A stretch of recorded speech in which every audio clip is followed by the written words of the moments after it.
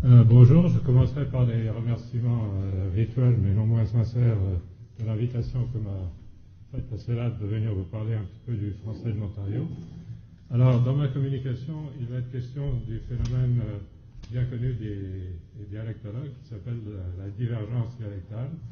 Aussi, le terme qui a plutôt été utilisé ici est celui de diversification du français en Ontario. Alors, quelques mots sur les franco-ontariens d'abord. Mis à part les grandes métropoles de Toronto et d'Ottawa, la grande majorité des franco-ontariens, en fait, ont des origines québécoises, plus ou moins reculées dans le temps. D'après le recensement de 2006, il y avait à peu près 8 millions d'individus de langue maternelle française en Ontario, qui représentaient 5% de la population totale. Toutefois, ces francophones résidaient dans des communautés que l'on peut mettre sur un continuum qui va de très forte majorité, plus de 80% de la population, jusqu'à des très faibles minorités, moins de 5%. Alors, les données empiriques dont je vais vous parler, qui illustrent cette tendance à la diversification, viennent de 4 localités qui sont identifiées.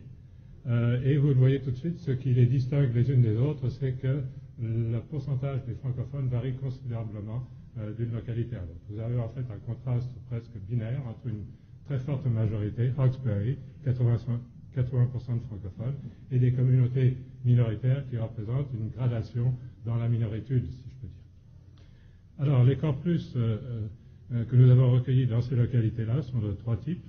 Une enquête dialectale par questionnaire, qui a été faite auprès de tous les élèves de 9e et 12e année, c'est-à-dire à la fin du secondaire, des entrevues avec un échantillon de ce même type d'élèves, mais aussi, et cela est peut-être unique pour ce qui est du Canada francophone, des enregistrements du discours des enseignants des élèves en salle de classe.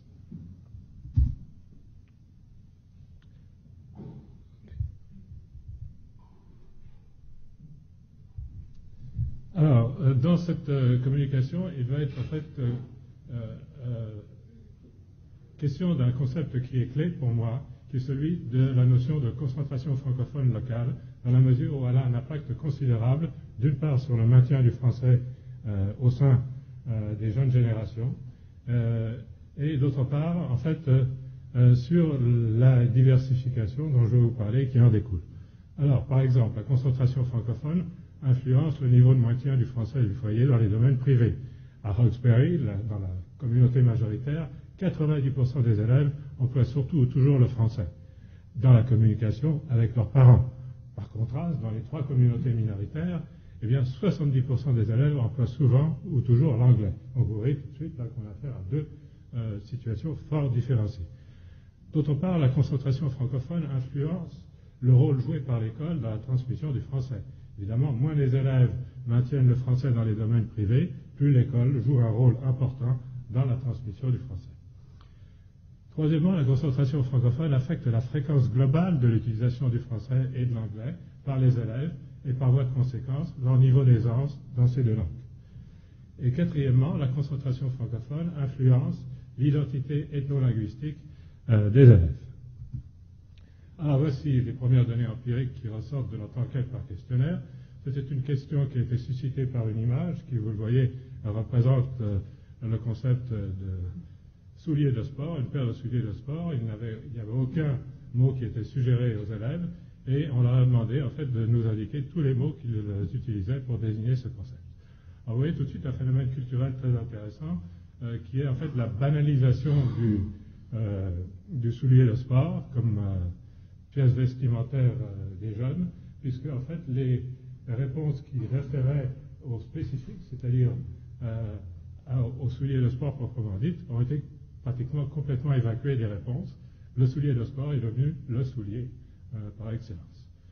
Alors, 2 tendances lourdes se dégagent de ces statistiques. Tout d'abord, celle qui correspond au phénomène de standardisation qui reflète la part importante jouée par l'école dans la transmission du français dans les communautés minoritaires. Et vous le voyez avec les 2 réponses qui concernent les mots chaussures et espadrilles. chaussure qui est le mot que l'on retrouve en français standard international, et vous voyez que dans les communautés minoritaires, sa fréquence augmente, qui illustre en fait le phénomène de standardisation par le biais de l'importance accrue de l'école comme médium de transmission.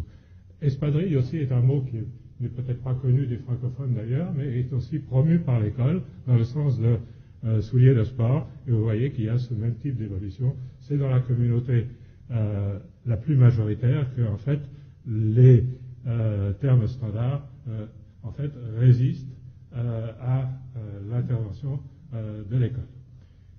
La deuxième tendance lourde, c'est en fait la présence des mots d'origine anglaise. Et alors là, ce qui est très intéressant, c'est que dans la localité où on s'attendait à ce qu'elle se manifeste le moins, c'est en fait là où elle se manifeste le plus, et en l'occurrence par le truchement d'un mot, chou, qui est le prototype de ce qu'on pourrait appeler un emprunt gratuit au lexique, puisque en fait il ne manque pas d'équivalent français pour en fait désigner ce concept de base. Et vous voyez qu'il y a en fait un déclin de la fréquence de chou qui est inversement proportionnel à la force des francophones.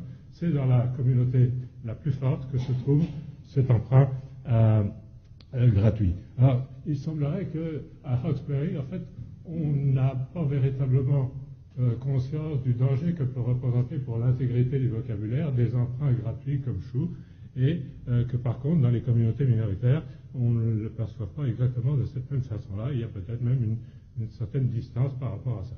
Et finalement, le mot running est un autre exemple d'un mauvais découpage de l'anglais, puisque ce mot-là n'existe pas en anglais. Il réfère à l'action de courir, mais par troncation peut-être de running shoes, à Hawkesbury et à Hawkesbury seulement, on a fabriqué running, qui veut dire en fait une paire de souliers de sport. Alors, je passe à une autre variable qui est celle qu'en français standard international on désigne par le sac à main. Et ici, là, vous avez un phénomène intéressant qui s'est produit, qui est celui, en fait, de la dévernacularisation, c'est-à-dire la diminution des variantes typiquement canadiennes françaises, à savoir sacoche et bourse, qui, vous le voyez, déclinent sur le continuum de la concentration francophone. C'est à Hawkesbury que sacoche vraiment est majoritaire, et dans les communautés minoritaires, il diminue. La même chose pour bourse. Par contre, pour ce qui est des emprunts à l'anglais, vous voyez que à la fois purse et handbag, là, ont une corrélation avec le degré de concentration francophone qui est beaucoup plus celle à laquelle on s'attend. Dans ces communautés, il semblerait que, en fait, la disponibilité du concept est amoindrie et que des mots d'origine anglaise viennent en remplir des trous dans le vocabulaire des élèves. Je termine par la présentation empirique par un phénomène de grammaire que vous connaissez tous, qui est l'alternance entre je vais et je vas, qui remonte au XVIIe siècle, pour exprimer le concept de la catégorie grammaticale de futur. Se rajoute à cette alternance en français québécois, dans le français des diasporas québécoises, la particule ma. Alors, on voit, là, j'ai contrasté deux situations, à savoir Hawkesbury d'une part et Pembroke d'autre part, qui sont en fait les deux extrêmes du continuum, la majorité versus la très faible minorité. Et là, on voit qu'on a affaire à une diversification fantastique du parler. Vous voyez qu'à Hawkesbury, la variante du français standard formel je vais est quasi inexistante, alors qu'elle est bien représentée à Pembroke. On voit aussi un phénomène extraordinaire de, en fait, valorisation de je vais à Hawkesbury, qui est associé au parler des couches sociales les plus élevées, alors qu'à Pembroke, en fait, c'est la distribution sociale inverse, plus, en quelque sorte, traditionnelle. Et on voit aussi qu'à Pembroke, ma, la variante vernaculaire, est complètement laminée, ce qui est un autre exemple, si vous voulez, de dévernacularisation. Alors, pour comprendre ce qui se passe dans le parler des élèves, l'usage des enseignants est assez intéressant, et il nous montre en quelque sorte que à Hawkesbury, en fait, les enseignants sont plus ou moins déconnectés du parler des élèves, alors qu'à Pembroke, évidemment, il y a une convergence plus forte. On voit par exemple que si les élèves n'utilisent pratiquement jamais je vais, à Hawkesbury, les enseignants l'utilisent au moins 50% du temps. Toutefois, ceci est intéressant, dans le discours surveillé de la salle de classe, ils utilisent quand même Jeva. On voit aussi que Ma, qui est pratiquement en voie d'extinction à Pembroke, n'est pratiquement pas utilisé par les locuteurs les enseignants de Pembroke, excusez-moi.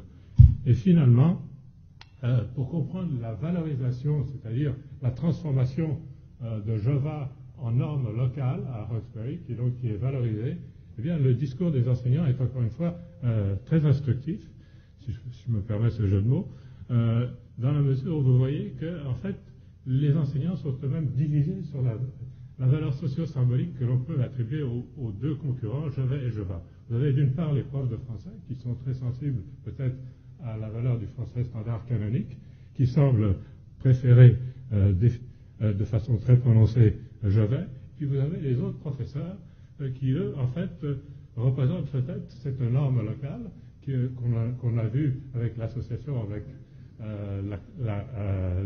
les élèves des couches sociales élevées, puisque c'est Jeva qui domine dans les discours des enseignants des autres matières. Alors, je termine rapidement. On a vu que dans les communautés francophones du Canada, la scolarisation en français, la variation dans la concentration francophone et l'effet de ces facteurs sur les choix de langue et l'identité ethno-linguistique contribuent à la divergence dialectale. Ceci se manifeste entre autres par une tendance à la standardisation dans les communautés minoritaires, par exemple chaussures à Cornwall, North Bay, Pembroke et Jovin à Pembroke.